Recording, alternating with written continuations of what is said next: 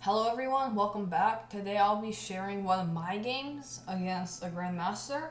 And here, this game was one of the shortest games I've ever played, so I hope that you'll enjoy it. And just saying that I actually won an extremely short game and I enjoyed it a lot.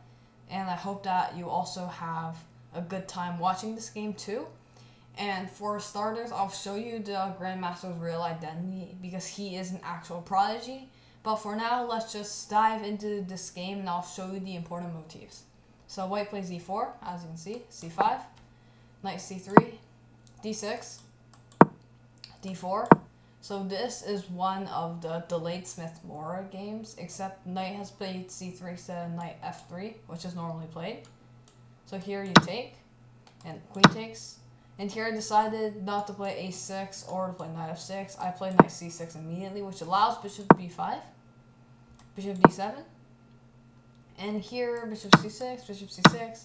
And here my opponent plays a slightly dubious move, bishop g5. And at first, this move looks extremely good. The only problem is, after h6, white needs to make a crucial decision. And here my opponent made a horrible move, bishop h4.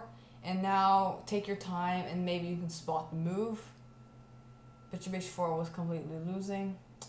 And here, just using about 10 seconds, I found the critical move e5. And now I'm completely winning. In this position, my opponent actually resigned. So this game was just an 8-game move. So this is one of my quickest wins in a long time. Just 8 moves only. So why is white losing here? The bishop is attacked. The queen is attacked. There's no way for the queen to protect the bishop. If bishop takes d8, pawn takes d4. And now all of a sudden, this pawn is attacking this knight, and the king and rook are both attacking this bishop. It's technically a double attack, and there's nothing that white can do. So back to e5. After e5, white's best move is to play queen takes a7. And after rook takes... What? Yeah, so after rook takes, bishop takes... then white is completely lost. And as you can see, I don't know why my screen's frozen, but I think you get the point. So yeah, after rook takes a7, bishop takes d8, king takes d8, there. So that's how you are able to get a better position on top. So in this short game, what can we actually learn? So firstly, this line for white playing d4 is an extremely strong line that even you can learn. It's quite easy to play. And after c takes, queen takes. Here, black has a few moves. In the game, I play knight c6, but black can also play a6. And after a6, white can choose to play bishop e3. And after this, knight c6 can be played. The queen can come back to d2, knight f6. And here, white can play something like long castles. And for example, e6, f3, and as you can see, this position is quite normal. White wants to bring his knight to e2 to d4, and it will pretty much just be a normal Sicilian. So when we come back, queen takes d4 here. If knight f6 is played, then here white can play bishop g5. If knight c6, then bishop b5. So here normally black wants to play something like e5, but after e5, here white usually has a better position because with this pin, the d5 square is usually a weakness in this type of position. So knight f6 is not, in my opinion, not the best move. The best move, in my opinion, is the move I played in game, knight c6. After knight c6, bishop b5, bishop d7, takes. Here, if you're actually going to play in this position, just play knight f3. And white wants to play e5 in this position. Extremely standard. And if you wanted to try something else, for example, if white played bishop e5 and I played h6, you just bring your bishop back to e3. The pawn h6 isn't a big bonus for black, and white should be completely fine here. Although knight f3 is sincerely the best move. And finally, just telling all of you viewers, the trap of e5 is an extremely standard idea in a lot of openings. Just take the standard check over. Knight f3, d6, d4 takes, queen takes, and here black plays the a6 line. And after a6, white sometimes plays the bishop g5 move.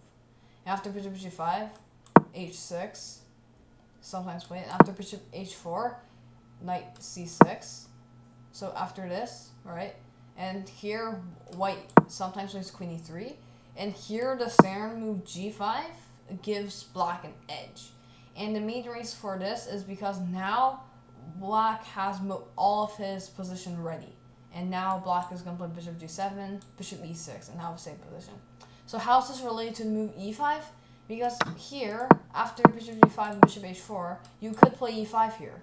And e5 is not the best move anymore. It's not that good of a move, but still explains that this is an extremely common continuation.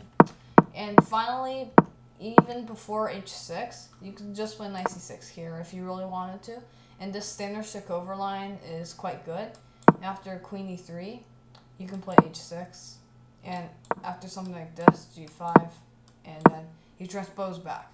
So this is a quick coverage of the Shikover, and I'll make my next video for a video how black should play against the Shikover, and I hope that you'll learn something from that. But for now, just take some time and review this opening, and maybe that you'll have some time success. And if your opponent is not careful enough, maybe you can win with the exact same 8 moves that I used.